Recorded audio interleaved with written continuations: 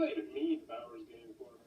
YouTube, I'm back again for another Skip the Rules video, and today we're going to be skipping the rules for Monopoly Junior, which is for 2 to 4 players, ages 5 to 8. So in Monopoly Junior, you are going to be rolling the die, moving around the board, and playing your typical game of Monopoly for the most part until someone runs out of money. Once someone runs out of money, you will see who has the most money, and they will win the game.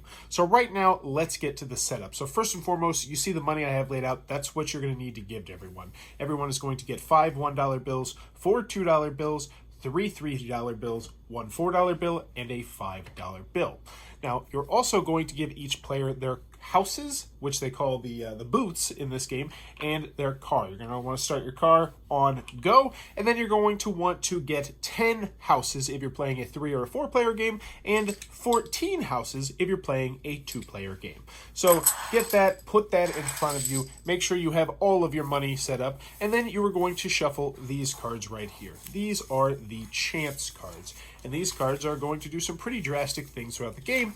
But let's show you how it plays because now we've got the game set up. So on your turn, here's what you're going to do. It's very simple. You're going to first decide who's going to go first. Roll the die. Whoever gets the highest number gets to go first. Keep rolling until someone gets that highest number. Now that you have a real turn, roll the die, and you're going to move that number of spaces. So right now, I would be moving 1 space. Now, depending on where you land on the game board, you are going to do a variety of different things. So let's go over all the different spots on the board. So first, you start on the go space, and every other time that you land on the go space or past the go space, with a few exceptions here and there, you are going to collect $2. So the banker, whoever that is, you're going to want to probably put a grown-up in charge of that if there is a grown-up, and make them the banker. Next, you'll notice there's a whole bunch of different colored spaces all around the board. The balloon stand, cotton candy, roller coaster, loop-the-loop. These are going to be different amusement park attractions that you are going to be able to set your little booth up on and be in control of. When you land on one of those spaces, if no one has a booth on it, then you can pay the number down below, and now you get to put your booth on it. So if I were to roll a 2 as red, go there, I could pay my $1, and boom, that goes on there. Now, what does that do? Well, when another player lands on one of those spaces, they have to pay you that much money. So if green were to land there, they would have to pay me $1. If you're ever lucky enough to get another house on the next spot and control both of them, then when someone lands there, they will have to pay double that amount. So if green or blue or any other color were to land on either of these spaces, now instead of having to pay me $1, they would have to pay me $2. Likewise, if we had them over here on the green, they would have to now pay me $8 instead of $4. Very simple system. The next spot you can land are the railroads, which in this game just mean you roll again.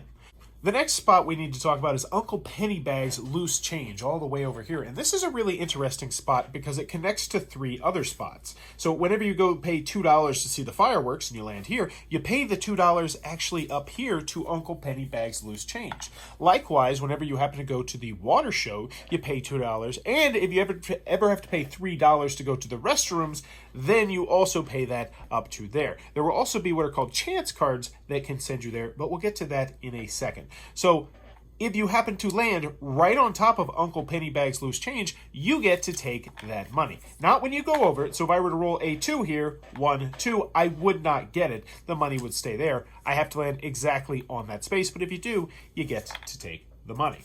The next spot we need to talk about is chance. And chance is all around the board. And if you land on chance, you're going to draw one of these chance cards right here. And the chance cards do a couple different things, which we'll go over. First, this one is going to make us go to the fireworks show, which means we immediately would go to the fireworks show. So if we got it right here, we would go all the way around the board to the fireworks show, which means we'd get $2 for pass and go, but then we would immediately pay that $2 to Uncle Pennybags Loose Change. So you might get something like that. The next one is a free ticket booth, and these ones are great because this just means that you get to put one of your ticket booths on one of the yellow spots. Even potentially, if someone already is there, you can boop, bump them out. Now, there is one exception to that rule, which is that you cannot boop someone out if they have control of both of the colors. So that's one extra incentive to try and get what's called a monopoly by having both of the same colors. But the free ticket booths are awesome. Next, we have go to the merry-go-round. This one's very straightforward. You would just go to a different spot. So those are going to be 3 or 4 of the primary tickets you're going to see when you're playing the game, and most of them are all very self-explanatory. Just read the card. After you've followed the instructions on a chance card, you're going to set it into a face-up pile right over here. This is going to be your discard pile, and once all the chance cards have been used, you're going to shuffle up the discard pile and put them right back on top like so. Another situation you might run into is if you get the free ticket booth and there are already houses there. So let's pretend that green got the free ticket booth and they say, oh, well, it's full. In this particular instance, they get to take one of their green booths and replace someone else. So they could bump out this blue person or the red person right there.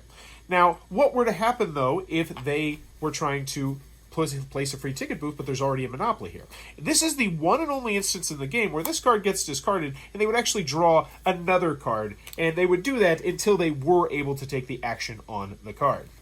The last spot we have to talk about is over here at the Tramway to the Restroom. So there's the restrooms down here, which is free. If you ever go on here, it doesn't cost you any money, no big deal. However, if you land right on here, then you are going to have to pay $3 to, once again, Uncle Pennybags Loose Change, and then immediately go to the restroom, and you do not get the $2 for passing go. There is also a card in here that will let you do that as well, and it follows that same rule.